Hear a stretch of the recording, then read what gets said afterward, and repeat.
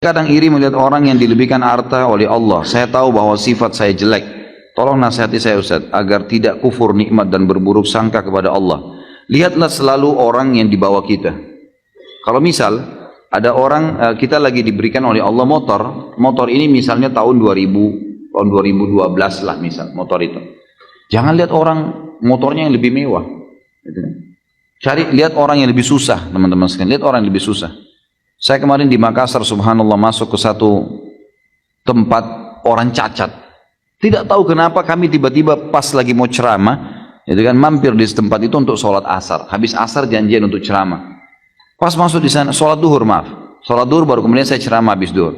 Pas masuk di situ ternyata itu lembaga pemerintah resmi untuk mengurus orang-orang cacat. Kami masuk di masjidnya, dari imamnya sampai makmumnya semuanya cacat.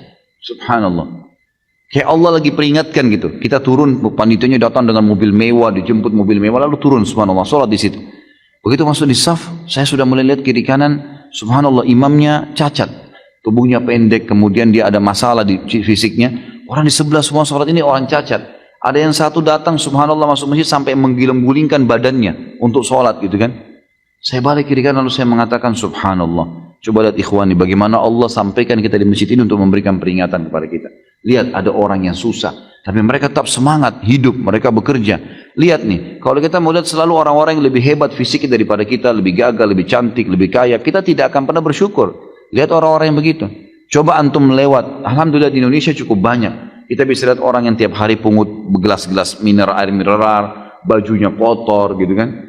Ada banyak, tangannya kotor, hidupnya susah. Sampai ada yang jalan setengah mati gitu. Saya hampir setiap hari, tidak pernah tidak teman-teman sekalian. Setiap saya keluar dari rumah saya di Condet, menuju ke Kemang, menuju kemana-mana kalau lagi pengajian, pasti saya dapat. Tidak pernah kurang dari 3-4 orang miskin itu sudah pasti. Pasti orang susah. Kemudian saya sempat mampir, lihat mereka, tanya kabarnya bagaimana. Jadi biar saya tahu ini motor aja saya pakai sudah nikmat yang luar biasa. Alhamdulillah. Ada orang kesian, jalan kaki, sendalnya putus, tua. Antum masih pakai sendal baru, sendal bagus. Gitu.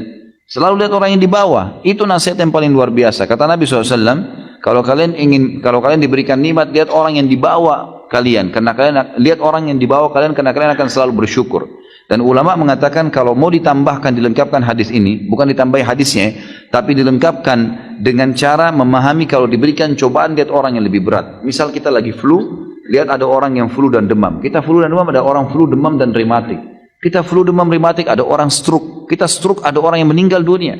Ada orang yang lebih berat dari cobaan kita. Maka kita akan terus bisa menjalani kehidupan. Sudah sunnatullah. Subhanallah, orang susah lebih banyak daripada orang mampu, orang kaya tuh. Lebih banyak orang susah daripada orang kaya. Saya kemarin subhanallah mau ke Balikpapan, baru kemarin. Dari Sudirman saya naik motor ke pengajian, kemudian saya minta tolong salah seorang ikhwan untuk jemput motor saya, lalu saya naik taksi. Udah naik taksi, ada bapak supir taksi ini orang yang sudah tua. Mungkin ya kalau saya lihat umurnya sudah mendekati 70 tahun. Rambutnya putih semua, duduk ngobrol sama saya.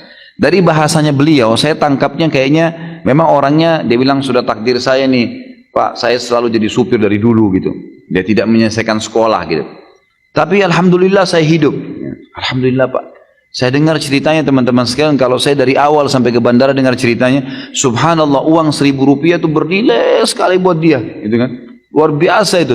Sampai dia bilang, saya store ini Pak susah, store taksi ini 320.000 per hari, susah dia bilang. Saya kumpulin susah. Tapi alhamdulillah anak-anak saya sekolah di pesantren 3 orang, alhamdulillah begini, alhamdulillah begini. Saya bilang Pak, waktu dia sudah ngomongin, saya Pak, Bapak tinggal sabar meninggal, Bapak masuk surga nih. Ini sekarang cobaan Allah yang sedang datang Pak. Itu adalah sesuatu nikmat yang besar kepada Bapak. Karena dengan cara seperti ini Bapak dalam ketaatan Allah. Mungkin kalau Bapak diberikan lebih daripada ini, mungkin Bapak lebih susah.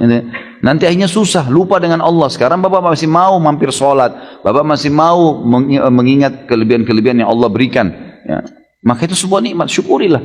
Saya melihat subhanallah, Allah kayak perlihatkan lagi saya. Nih lihat nih, ingat Khalid. Ini ada orang yang lebih susah.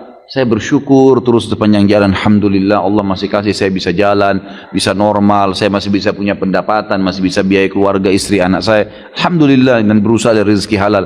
Jadi coba lihat orang yang lebih susah teman-teman. Banyak sekali gitu kan. Kita kalau masuk di gang-gang di Indonesia ini, saya berapa kali masuk di kampung Melayu, di beberapa gang, jalan waktu itu ada mau azan, saya antar istri saya ke Hermina di rumah sakit waktu itu. Kemudian saya masuk cari mana masjidnya di sini. Oh di belakang lewat gang-gang masuk gang. Rumah-rumah orang berdempet-dempetan semua. Ada orang yang buat bapak-bapak lagi buat gorengan, jual gorengan di depan rumahnya. Saya lihat mungkin ya modalnya mungkin 70 ribu, 100 ribu gitu kan modalnya. Kemudian dia jual di tangga-tangganya datang beli, bayar 1000, untung 100 rupiah, 200 rupiah. Seperti itulah. Dan hidup, orang-orang hidup. Azan mereka ke masjid, sholat. Dengan bahagia, pulang ke rumah, pakai sendal jepit. Masya Allah, enak hidupnya tuh. Gitu kan? Dan ingat teman-teman sekalian, kata Nabi SAW, bukan saya larang antum menjadi orang kaya. Kalau Allah lagi bukakan, alhamdulillah. Apalagi kalau bisa diikuti dengan ilmu. Tapi kata Nabi SAW, mayoritas penghuni surga adalah orang-orang miskin. Emang orang susah. Jadi kalau antum lagi dicoba dengan Allah SWT, maka nikmatin cobaan itu. Karena itu sebenarnya sesuatu yang terbaik buat kita. Dan ada beberapa poin-poin yang sudah saya sampaikan, tentunya bisa dihubungkan dengan apa yang saya sampaikan sekarang ini.